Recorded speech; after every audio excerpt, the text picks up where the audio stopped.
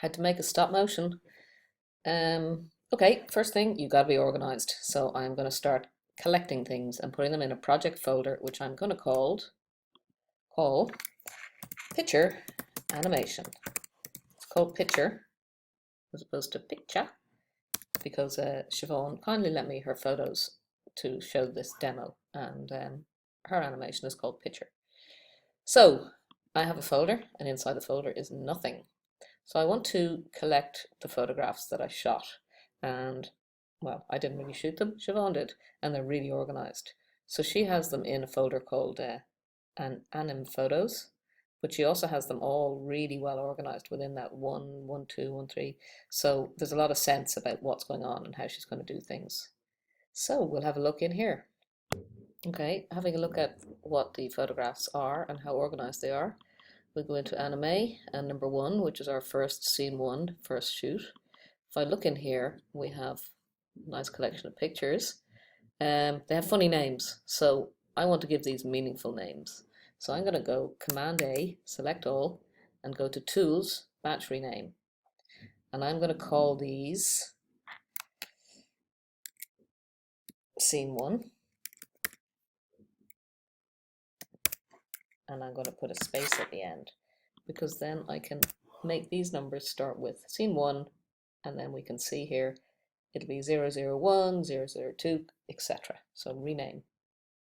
And now we can see Scene 1, da, da, da, da, and they're all working. Okay, great. So I'll do that one more time.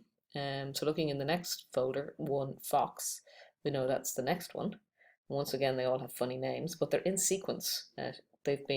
Their names are held because they were shot in sequence, and that's good. So Apple A, select all, Tools, Batch Rename. So we'll call these Fox 1 because that's the name Siobhan had on her collection, and that's the one that makes most sense. And then I'm going to put in number 1 here, and once again we can see here it's Fox 1001, etc. Rename. Okay, so these guys, 37 shots in here. We go back out and look at number 1. Yeah, we have these ones. Okay, pause. Okay, let's go into After Effects. So I will find it, oops, using my Launchpad, because here we go, After Effects. Okay, the key to After Effects is remaining extremely organized. So we have to bear in mind, we need folders within folders. So first thing that happens is I'm going to save my project. So save as. Here's Untitled Project. We want to put this inside documents. Where have I put it? It was on the desktop. Aha. Picture animation. We need it to go inside this folder, okay?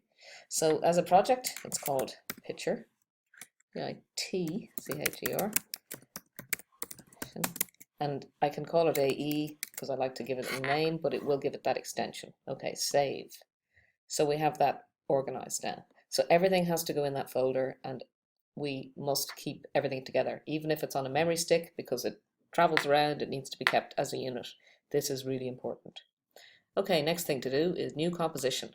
So this is going to be a scene. So because I'm doing scene 1, I'm going to give it that name.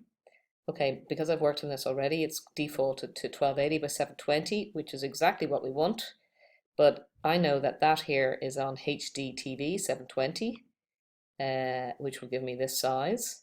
It comes in at a frame rate of 25. I'm going to reduce that to 12 or 8. It could be 8, you know, but slow it down. And normally we open up with a black background, and you can click on this and go in and make it any color because it's kind of good to see what shape your screen is. So I'm going to say okay. So now we see our screen. Okay, if we want to look at this bigger, we can use these shapes here, or I can hit Command minus or Command plus on the keyboard. Okay, they're handy shortcuts. Okay, so we see up here in our library we have scene 1 composition. Okay, great. So we want to import our photographs. So I'm going to go to File, Import, File. Not multiple files, because that's what we're doing, but we want this to realize that we're going to bring in a sequence. So it's stayed within the project folder, image and pics, animate photos. Here's number 1. Click on the first one in the collection and make sure this is ticked. Normally if it recognizes there's a whole load of numbers, it'll tick it.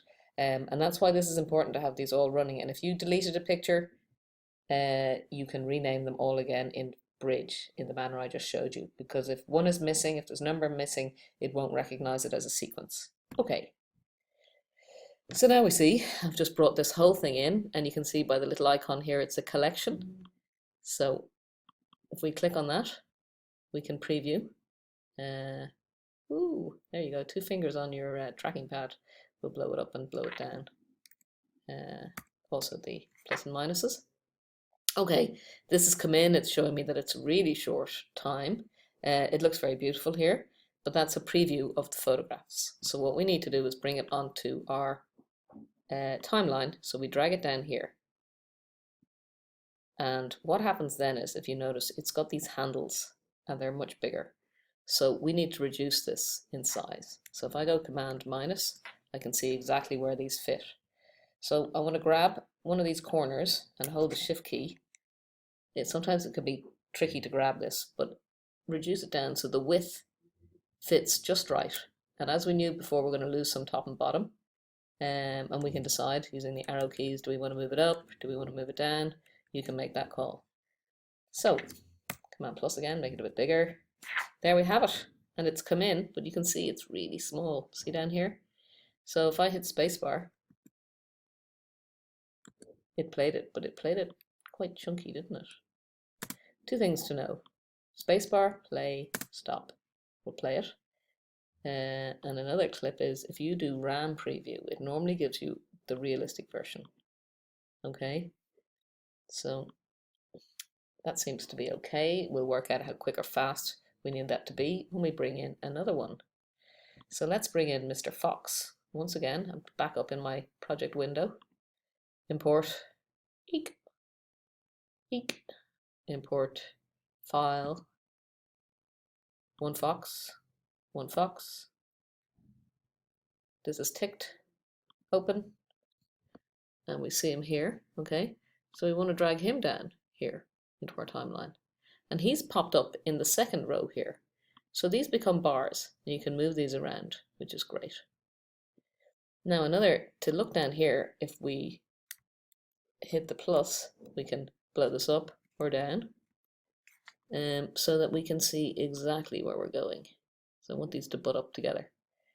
So one thing to remember is this 2 is probably much bigger than the stage in it is. So once again, to grab the edges, bring him down. There he is. Hello, Mr. Fox. Okay. So keyboard shortcuts are really handy when you're starting to move around. Or tracker pad shortcuts. Okay. So let's hit spacebar and see what happens. Looking good. Okay. I'm going to go up here. That's fine. And one thing is very important. Save. Replay if you want me to show you that again, because this video is now 8 minutes long, and that's wrong enough. Wrong enough? Long enough. Happy animating. Oops, not quite finished. I want to show you a really quick thing. If I want to extend time, speed it up, slow it down, there's a really quick way of doing it, which doesn't affect the whole of the stage. So if I select Mr. Fox here and right click, I can go into the section called time, and I can do time stretch. Okay, so at the moment it's 1 second and 3. So if I make this 80%, it goes down to 1 second. If I make it 150%, it goes up to from 103 to 111. Okay. Okay, so that's a real handy way. I'll do that one more time. I'll select the first scene. Right click or control click, time stretch, 150. Okay, and don't forget, you want to move your blocks so that they butt up to each other when you do that. So let's hit spacebar.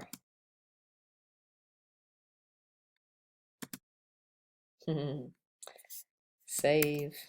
That's it. Come back next week.